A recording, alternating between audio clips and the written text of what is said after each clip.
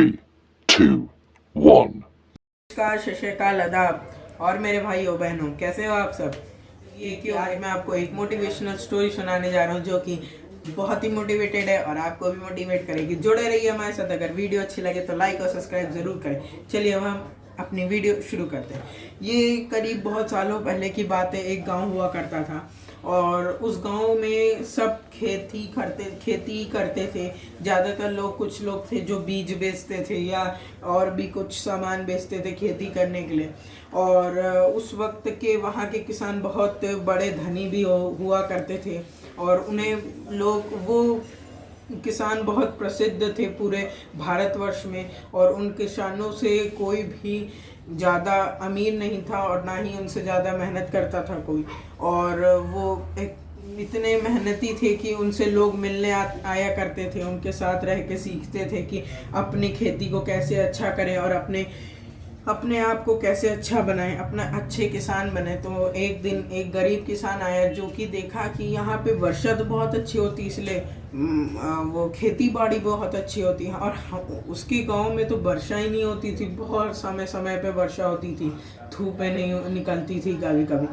तो क्या हुआ कि वो गया और लोगों से बोला कि जो वहाँ के किसान थे, बड़े किसान थे, उनसे बोला कि आप लोग पानी का क्यों नहीं इज्जत करते हैं। आप लोग पानी ऐसे ही बहाए जा रहे हैं, आपको कोई वैल्यू नहीं है पानी की।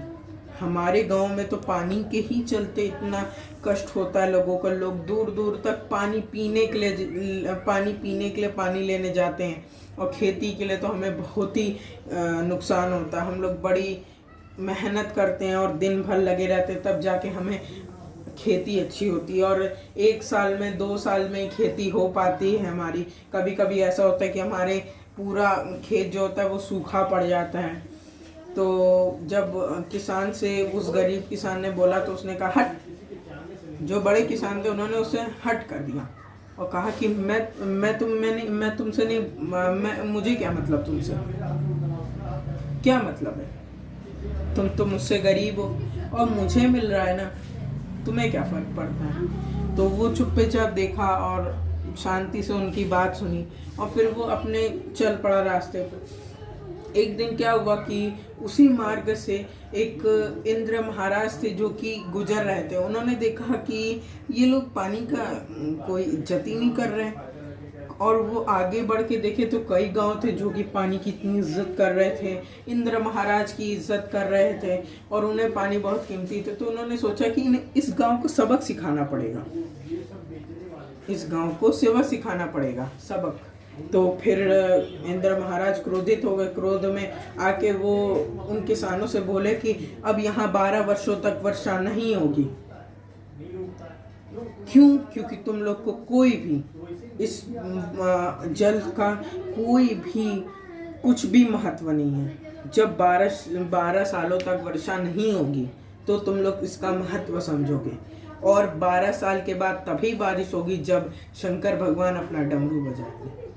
तो वो बहुत बेनती की उन्होंने, बहुत भगवान इंद्र महाराज को खुश किया। लेकिन इंद्र महाराज फिर कहे कि मैं एक बार जो श्राप दे देता हूँ, मैं उस शराब को काट नहीं सकता, मैं क्या करूँ। अब तुम ही लोग जानो, तुम लोगों ने पाप किया है, मैंने थोड़ा ना किया है। अगर तुम लोग अगर इज्जत करते जल की तो तुम्हें ये कष्ट नहीं होता। फिर उन्होंने कहा कि तुम जाके शंकर भगवान से बात करो। फिर वो लोग शंकर भगवान की प्रार्थना करने लगते हैं और भगवान सुन भी जाते, क्योंकि शंकर भगवान इतने अच्छे हमारे देवता हैं कि वो हमारी कोई भी परेशानी जल्दी सुन लेते हैं। और तो वैसे ही उन लोगों ने, किसानों ने भगवान को प्रसन्न किया और भगवान आए। भगवान से उन लोगों ने पूछा कि भगवान आप डमरू बजा दीजिए ताकि वर्षा हो जाए। तो वर्षा हो जाए तो फिर शंकर भगवान ने कहा कि तुम लोग जानते हो इंद्र भगवान सबके देवता हैं, जब उन्होंने कर दिया तो मैं क्या करूं। अब 12 साल बाद ही वर्षा होगी। उनमें से जो गरीब किसान था वो देखता है और फिर उसे वहाँ पे जिस गांव में सारे गरीब अमीर किसान थे, उस गांव में उसके दादा की पुश्तैनी खेत थी, जिसमें उसने सोचा कि मैं अपना इसी में खेत जोतता हूँ, कभी ना कभी कुछ ना, उसने कुछ नहीं सोचा, उसने खेती। और वो गरीब किसान खेती के साथ साथ अपने परिवार को भी ले आया यहाँ। और जब उसके परिवार वाले देखते कि सारे किसान कुछ मेहनत नहीं कर रहे और अपने परिवार के साथ अपनी ज़िंदगी व्यतीत कर रहे खुशियों के साथ और अपने धन से सब कुछ खरीद रहे हैं, तो उसने उसकी पत्नी ने, जो गरीब किसान थे, उसकी पत्नी ने, उसके बच्चों ने उससे पूछा कि तुम क्यों इतनी मेहनत कर रहे हो, हम वापस इस खेत को बेच के हम भी आराम से रह सकते, तुम क्यों इतनी मेहनत कर रहे हो। तो फिर उसने कहा कि मुझे नहीं पता, लेकिन मैं कर रहा हूँ, किसी अच्छे कर्म के लिए ही कर रहा हूँ, तुम लोग देखना बहुत हम लोग जल्दी ही अमीर बनेंगे। तो वो बस इतना ही कहता और चला जाता। पर लेकिन जब भी वो खेती करने जाता तो रास्ते में एक मंदिर पड़ता, जिस मंदिर में शंकर भगवान और पार्वती मैया का मंदिर था, जिसमें रोज़ उनका आशीर्वाद लेके वो खेती करने जाता। और एक दिन पार्वती मैया सोचती कि ये ऐसा क्यों कर रहा है, सारे किसान तो बैठे हैं अपना घर पे आराम से, ये किसान क्यों कर रहा है इतनी मेहनत। तो वो गई और शंकर भगवान से पूछा कि शंकर भगवान, आप देख रहे हैं ना इस गरीब किसान को, ये क्यों इतनी मेहनत कर रहा है। तो शंकर भगवान कहते हैं, हाँ मैं देख रहा हूँ, लेकिन ये अपनी मेहनत इसलिए कर रहा है ताकि ये अपना कर्म करे। हर मनुष्य को अपना कर्म करना चाहिए, कभी भी अपने कर्म को छोड़ना नहीं चाहिए, और वो अपना कर्म कर रहा है। तो वैसे फिर पार्वती मैया कहती हैं कि अच्छा इसलिए कर रहा है। तो शंकर भगवान से पार्वती मैया कहती हैं कि और बताइए, और क्यों ये कर रहा है। तो शंकर भगवान ये बताते कि अगर खेती करना भूल जाएगा तो ये क्या खाएगा, सारे किसान तो अपना बैठे हैं। हल जोतना अगर वो भूल जाएगा तो कैसे जोतेगा उस वक्त। तो पार्वती मैया को उसी वक्त एक सवाल उठता मन में, और वो कहती हैं कि शंकर भगवान, आप भी तो कितने सालों से डमरू नहीं बजाए, क्योंकि 11 वर्ष हो चुके थे, आपने भी तो कितने सालों से डमरू नहीं बजाया, क्या आप भी तो नहीं भूल गए। शंकर भगवान ने कहा, अरे मैं डमरू बजाना कैसे भूल सकता हूँ। उन्होंने तुरंत उठाया और बजा डाला, डमरू बजा डाला, डमरू बज गया, वर्षा हो गई, और उस जो गरीब खेत था उसका पूरा खेत हरा भरा हो गया। सारे किसान रोने लगे, वो मेहनत करने जाते तो उन्हें समझ ही नहीं आता मैं कैसे मेहनत करूं, क्योंकि वो खेती करना भी भूल गए थे। और अब जिस गरीब किसान उन अमीर किसानों के पास गया था विद्या लेने, अब वो गरीब किसान वो अमीर जितने भी किसान थे वो सब उस गरीब किसान से जाते थे कर्ज लेने।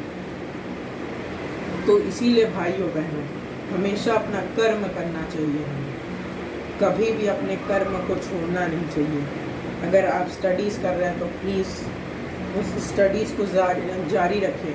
भले ही आप अभी सोचते हो कि लॉकडाउन लगा है, ना ही स्कूल खुलेंगे ना ही कुछ होगा, लॉकडाउन मत देखो, टीचरों के लिए मत पढ़ो, खुद के लिए पढ़ो, कभी भी डमरू बन सकता है, हमेशा तैयार रहो, शंकर भगवान की कभी भी कृपा हो सकती है। खैर दोस्तों, ये कहानी मुझे मेरे दादाजी ने सुनाई थी, जो कि मुझे लगा कि आप तक पहुंचानी चाहिए, तो मैंने बस अपनी बात पहुंचाई। और अगर ये वीडियो अच्छी लगे तो लाइक और सब्सक्राइब ज़रूर करें। और आप जैसे जानते हैं कि आपका एक लाइक और सब्सक्राइब हर एक गरीब आदमी को कुछ भी देगा, एक वक्त की रोटी या फिर एक मास्क और सैनिटाइज़र देगा, या ज़रूरतमंद को उसकी ज़रूरत पूरी करेगा। तो हमेशा याद रखें, एक लाइक और एक सब्सक्राइब आप करें। और आपका ये कीमती वक्त देने के लिए मैं आपका आभारी हूँ। और अगर आपको कुछ भी मुझसे पूछना है या आपको कुछ भी सुझाव देना है तो आप कमेंट बॉक्स में दे सकते हैं। धन्यवाद।